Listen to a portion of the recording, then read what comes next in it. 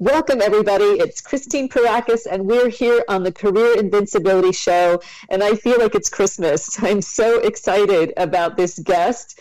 We have known each other for longer than we both want to admit because we were young and fabulous then, and we still are. And I'm just dying to introduce GINA DE VEE to you, who is an author, a speaker, a success coach who's dedicated her life to helping clients connect spiritually and start businesses and create wealth and live life to the fullest. And she does that first and foremost by example. And I can't wait for her to share her story and some of her tools and tricks that she uses for clients. So without further ado, GINA DE VEE, welcome to our show. Oh, Christine, it's so great to be here. Congratulations on your book launch and everything that you've got going on. And I know it's going to be just a fabulous conversation like it always is with us. Absolutely. And, one of the things that, people can find you online, and we've got all that in the show notes. And let's face it, you have reached a really wonderful place in your life and in your career and your business, and it's all very exciting. But what I love for people to understand is it's never a straight line. And so I'd love for you to share some of your zigs and zags and, let people know how accessible this is. Yes. Well, yeah, I mean, anything but a straight line. And it's such a joy to be here because, I think that we're at a place in our lives, our careers, just in like the consciousness of society where the opportunity is we get that we all have these really big dreams and we're all kind of reading the same books and listening to the same podcasts where it's like, and our thoughts can become our reality. And I think the older I get, the more I give myself permission to relax, because my younger self, I kind of had a combination of like passion, which was great, and white knuckling it, which was stressful to get to where I'm at today. And I think that I really felt like I had this kind of underlying current of, I'm going to miss the bus if I didn't create what I wanted by certain time frames. So all of this to say, I grew up in the suburbs of Detroit. My parents were school teachers. I was taught the mentality, go to college and get a job. And, I always wanted to live this big life, but I didn't really think that business people per se, or people in the helping healing professions, or people with passion-based businesses really made a lot of money. I thought that was more for rock stars and movie stars and professional athletes. And then when Tony Robbins kind of paved the pathway for success coaching, I realized that my skill sets as a psychotherapist could lend well to life coaching. However, remember, I grew up in the Midwest where you go to college and you get a job. And that job I got was being a psychotherapist. However, I didn't realize that being a psychotherapist meant I became an entrepreneur. I thought the clients would just come. I thought the money would just come. And I was really naive in that sense. So maybe I forgot to mention that I was 30 years old and still living at home with my parents because I was a broke, struggling psychotherapist with $75,000 worth of student loan debt, credit card debt, I don't know, night out with the girls, martini nights debt, like any of it. I didn't know how to make money. I just knew how to offer this service. And in fact, making money was actually really uncomfortable for me, and I wasn't great at receiving a compliment, let alone a paycheck at that time. And yet I still had the draw for the bigger life. So I think all of us can relate on some level where we're kind of stuck in our own web and we have these bigger aspirations that pull us forward. So for me, I realized, with as much respect as I have for the field of psychology, that it was a business model wise a limiter for me, and it seemed like the field of coaching was more in the unlimited terrain, which I was pretty excited about. So I did what I think most people who want a better life do. Start with geographical cure. Move from Detroit to LA, the land of the beautiful and the wealthy people, and become a life coach. So I switched my title from therapist to life coach and switched my geography. And instead of being consistently broke and living off of my $24,000 a year, I got to now be neurotically broke because life coaches charge in packages. And I created a $6,000 package, which sounds sexy, but not when you sell one every 4 to 6 months. So I got to really start my entrepreneurial endeavor, trying to figure out this whole internet marketing thing and how to build a platform and a client base. So that's kind of where it started. So a lot of us feel, you called it being pulled forward, and, knowing you, I think that makes perfect sense, right? Some of us are pulled back or held back, or we hold ourselves back.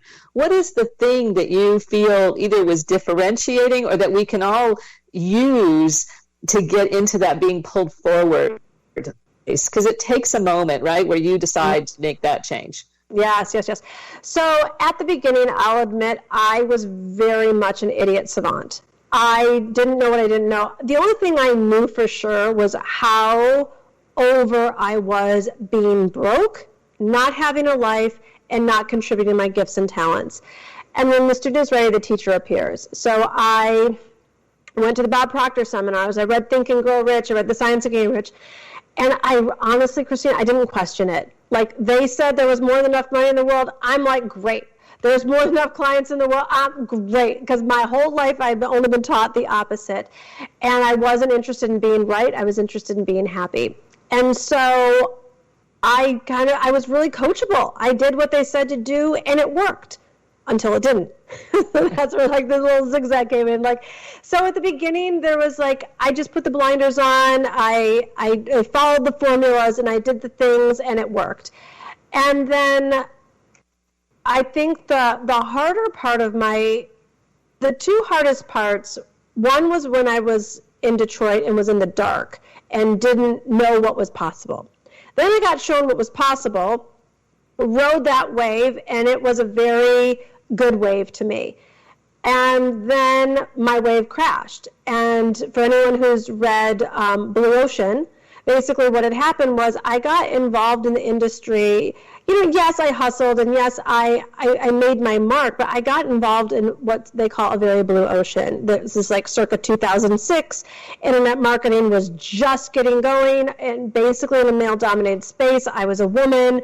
So me doing my thing, I was in a blue ocean, and then what happens is that the blue oceans become red. And this happens for every industry. The things that you were doing before, now it's so much more crowded.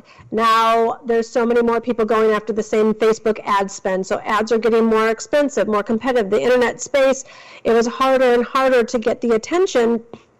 And I started to see, this was after I crossed the 7-figure mark, I started to see my numbers drop and drop and drop. And I remember really thinking, have I become a fax machine? Am I just outdated? Am I no longer relevant? The millennials came out and everyone wanted, millennial pink websites. And I'm like, wait a minute, I got even more experience. I got even more talent to give.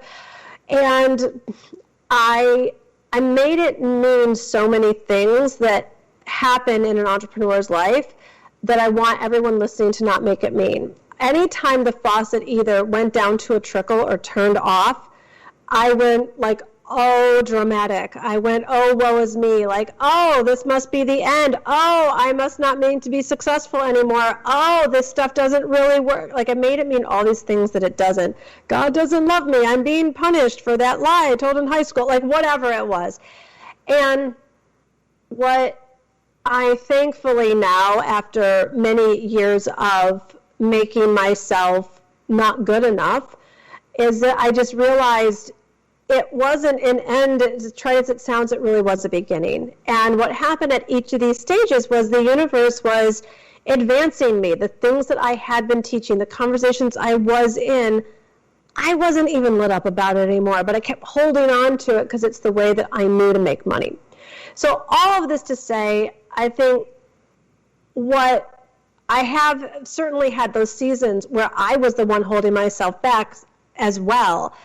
And now I don't know if it's a combination of turning 47 and just being tired of it, or actually going back to basics and applying all of the skills and tools that many of us have been taught, is that we do create a reality. And the more I catch myself and the faster I catch myself on being relentless about creating the success and what the vision is, and asking the questions, how can it happen? How can I fill this next program? How can I make the money? How can I make the difference?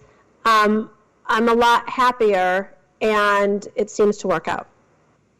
And so it has, right? I mean, this beautiful book, The Audacity to Be Queen, is, please, thank you. Yes, I will have a link on the show notes as well for you to get that. And being able to share the secret sauce, right? That's the beauty of it. And, one of the things that even I struggle with, right, is that when things aren't going well, or you hit that roadblock, or the trickle has shut off completely, is the feelings are real, right? You feel, you can't tell yourself you don't feel, but how do you both honor the feelings and get back into motion? I'm going to say something that is probably politically incorrect emotionally in this climate, and here we go. I have gotten past honoring the feelings, and I go more for honoring the truth. Because the feelings that are human, that do come up, they come up because we know this now from neurological pathways. We know this from triggers. We know this from programming and conditioning. And they're not true. They're human emotions, and I just challenge myself to rise into the truth. And so something I write about in my book is no matter what's happening, I got this spiritual download during a very dark night of the soul one night. And it says, I'm thrilled this is happening because. And that is a tough pill to swallow, because when we're in a victim place or we're in a down place, we think that it's all happening to us when it's really happening for us.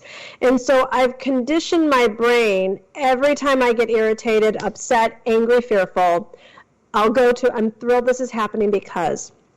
And from that place, I'm actually able to turn it around and see what the universe actually has in store, which is never a dead end, never a limitation.